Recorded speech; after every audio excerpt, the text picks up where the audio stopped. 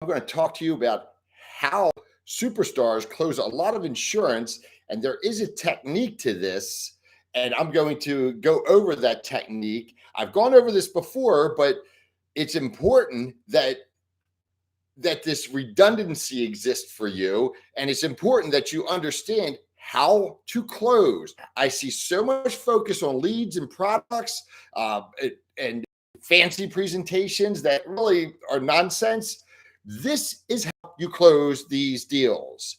First of all, remember, you got to have a smile on your face at all the time. These people have to like you. If you have, okay, they don't have to, and there are exceptions, and there may be people that would argue that with me. However, it's pretty much a fact given two equal scenarios, two different agents. The agent that the person likes is going to get the business. It's just the way it is. All right. First of all, you want to ask a lot of questions. I've got a video, top 10 questions. Just Google Medicare Millionaire top 10 questions. You ask the questions. You keep cycling through these questions. The questions they're the warm-up and they're the fact finder. So again, watch that video. The questions are the warm-up and the questions are the fact finder. I've been training agents here the last week or two, and just out in the field, actually going out in the field with the agents. And I just watch, and it's so easy to see how this works. And sometimes, even myself as a trainer, as a agency manager, I can see, when I'm training, and it's easier to identify. They say that's why it's good to have sub agents, an agent working for you, because you learn what you teach. Having said that, these questions again, and the questions start with how's your health? How you doing? And then you loop through these questions. And so the questions are the warm up, and the questions are the fact finder. So that's it. Don't waste your time talking about the picture on the wall. That may be effective, and it may be something you need to do at some point, or you want to do. If you have the same picture on your home at your wall at home, say I have the same picture, but make it sincere. So don't be phony. Layer the conversation.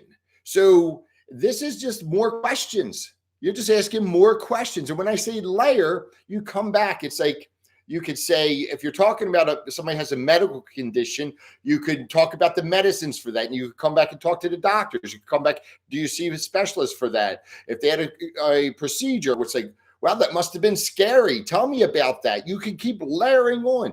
Don't proceed, don't move forward until they tell you very important information that would give you an indication or that they would tell you how to sell. And but remember, keep smiling. You've got to keep that positive, upbeat attitude. Again, that's critical. Okay.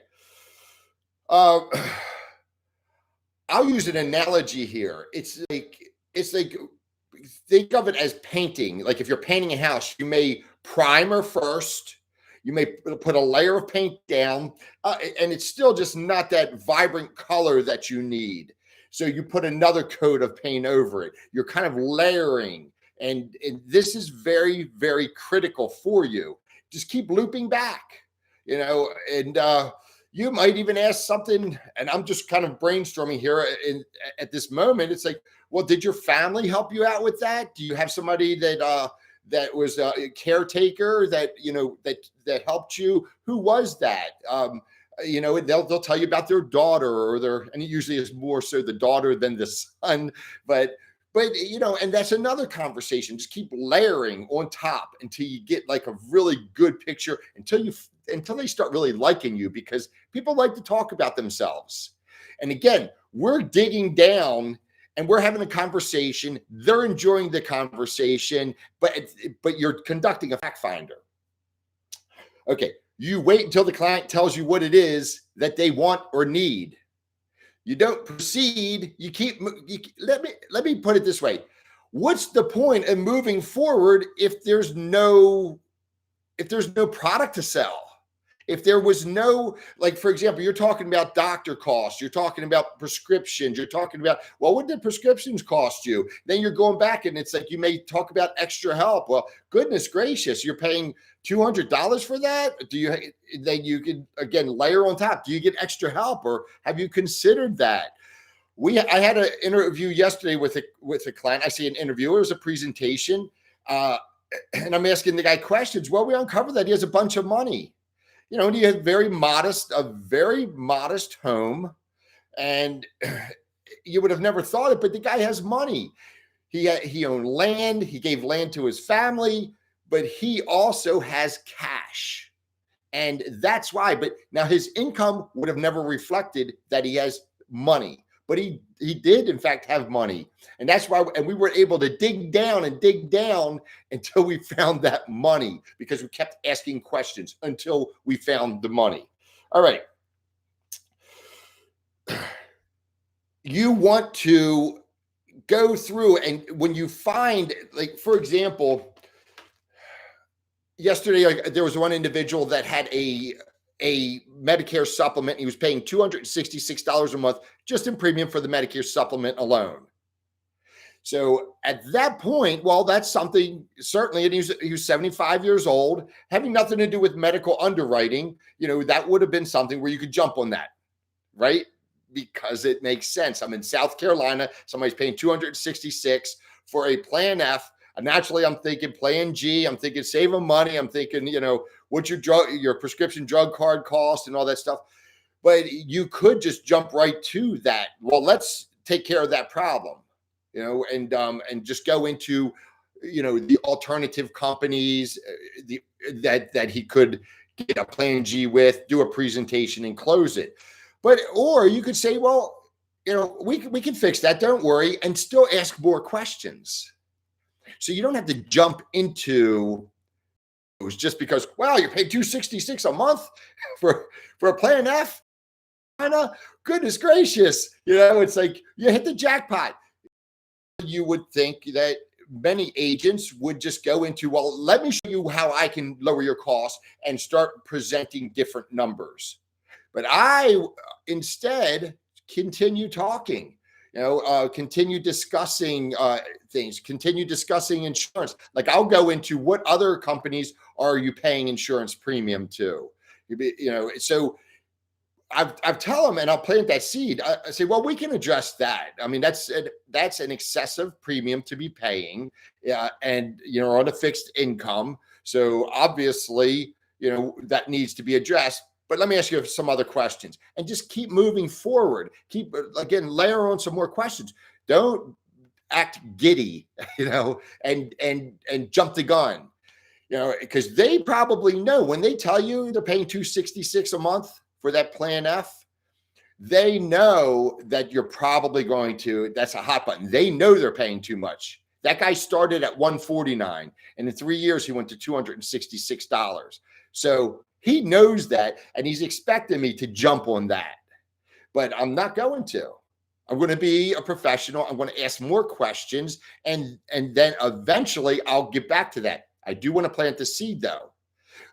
In this particular instance, I was able to discuss his drug card. We were able to discuss the fact that he pays $300 per month for one of his medicines. The other ones were generic. He pays nothing for them. And, you know, so we're able to continue to move forward, and then we can come back, and this is how you want to do this, come back and say, okay, let's fix this. You are paying too much. Here's how we're going to do this. Here's how we're going to fix it. And then you just fix it. You just go ahead and wrap it up. It's a formality. So there is no close. There doesn't have to be a close. It's just a matter of fixing the problem. Let's take care of this. And here's how we're going to do it. Too many agents are focused on their presentations and closes. So this is the presentation. This is the presentation that extremely successful agents use, even if they don't know they're using it. I said before, previously, just several videos back, I would say within the last week or so, that many agents or many people, and not many, few, very few people are wired where they're just great closers. And they don't even know how they do it.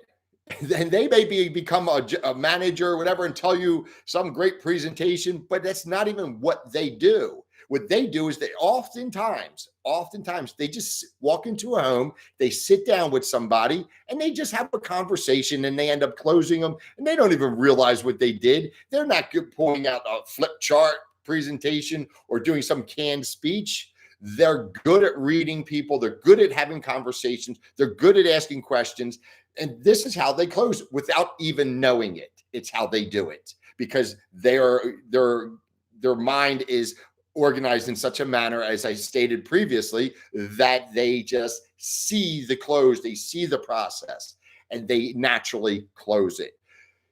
But this is a way that you can act natural, that you can be relaxed. Again, you can have a conversation that leads to helping somebody versus a presentation, a close, objection overcome, and then a final close, and then you hammered that client. It's ridiculous. No, it's not ridiculous. It will work, but it's not going to make you a superstar. You're not going to be a big time closer learning that presentation. You're just not going to do it. This is a presentation. This is the presentation. So what I'm telling you, when I say ask these questions, I'm telling you the presentation. Ask the questions. It all starts with how's your health? I don't know a senior in my career, and I would say 10 years, the past 10 years of selling Medicare, which I've done this month in and month out for 10 years now, selling exclusively to seniors. I can't remember one of them objecting to talking about their health. That they have that conversation every day. That's paramount. That's top shelf conversation for them. They're having it with their friends, their family. They're at the doctors frequently. It is what they talk about. It just is what it is, and you just feed into that. And you basically are able to capitalize on that fact. And it is a fact. So, and the question-based presentation is a fact. This is how it works. This will work. You got to keep smiling. You got to keep moving forward. You keep layering on more and more questions. You find out the problem. You can restate the problems. Tell them, hey, don't worry, we can fix that. And then continue to find other problems. And then you can perhaps sell a package deal at that point because you didn't jump the gun. But anyhow, I want you guys to know how to do the very best presentation. And again, oftentimes I see people, they're so focused on leads, you could probably close a lot more people. You probably wouldn't need the most expensive leads if you just took your time and did a question-based presentation. And I'm going to leave it right there. You guys have a wonderful day, and we'll talk to you soon.